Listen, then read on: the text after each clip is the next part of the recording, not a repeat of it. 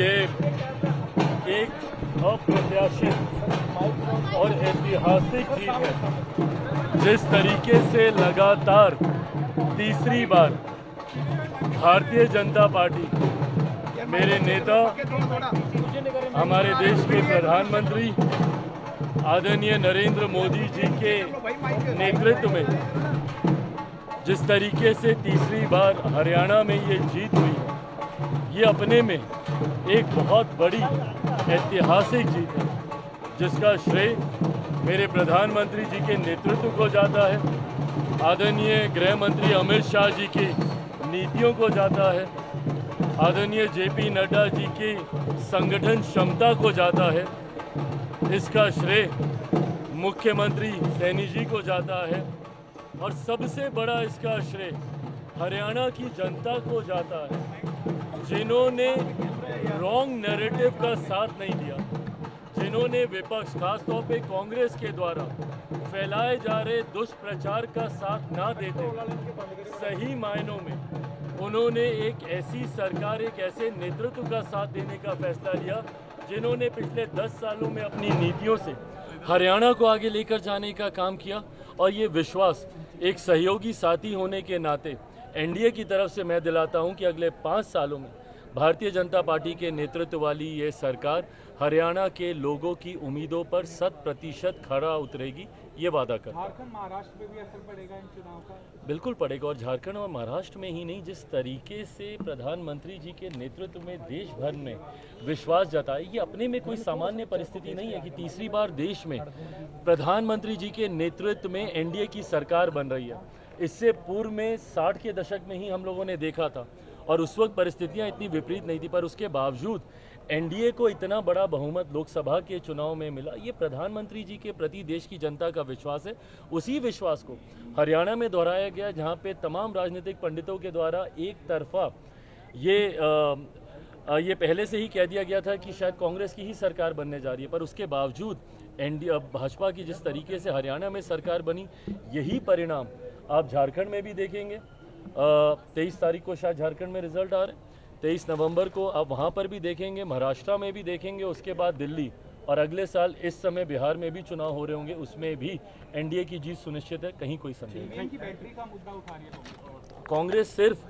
बहाने ढूंढने का प्रयास करती है। इतनी मेहनत अगर वो आत्ममंथन में करे तो शायद अगले चुनाव में बेहतर प्रदर्शन करे, पर जब तक बहाने पे ठीकरा फोड़ेंगे कांग्रेस का रिवाइवल नामुमकिन है। ये एक अप्रत्याशित और ऐतिहासिक जीत है। जिस तरीके से लगातार तीसरी बार भारतीय जनता पार्टी, मेरे नेता, हमारे देश के प्रधानमंत्री आदरणीय नरेंद्र मोदी जी के नेतृत्व में जिस तरीके से तीसरी बार हरियाणा में ये जीत हुई, ये अपने में एक बहुत बड़ी ऐतिहासिक जीत है, जिसका श्रेय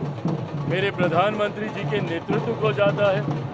आदरणीय गृह मंत्री अमित शाह जी की नीतियों को जाता है, आदरणीय जेपी नड्डा जी की संगठन क्षमता को जाता है, इसका श्रेय मुख्यमंत्री सैनी जी को जाता है और सबसे बड़ा इसका श्रेय हरियाणा की जनता को जाता है, जिन्होंने रॉन्ग नैरेटिव का साथ नहीं दिया, जिन्होंने विपक्ष खासतौर पे कांग्रेस के द्वारा फैलाए जा रहे दुष्प्रचार का साथ ना देते सही मायनों में उन्होंने एक ऐसी सरकार, एक ऐसे नेतृत्व का साथ देने का फैसला लिया जिन्होंने पिछले 10 सालों में अपनी नीतियों से हरियाणा को आगे लेकर जाने का काम किया। और ये विश्वास एक सहयोगी साथी होने के नाते एनडीए की तरफ से मैं दिलाता हूं कि अगले 5 सालों में भारतीय जनता पार्टी के नेतृत्व वाली ये सरकार हरियाणा के लोगों की उम्मीदों पर 100% खरा उतरेगी, ये वादा कर। झारखंड महाराष्ट्र पे भी असर पड़ेगा इन चुनाव का? बिल्कुल पड़ेगा, और झारखंड और महाराष्ट्र में ही नहीं, जिस तरीके से प्रधानमंत्री जी के नेतृत्व में देश भर में विश्वास जताए, ये अपने में कोई सामान्य परिस्थिति नहीं है कि तीसरी बार देश में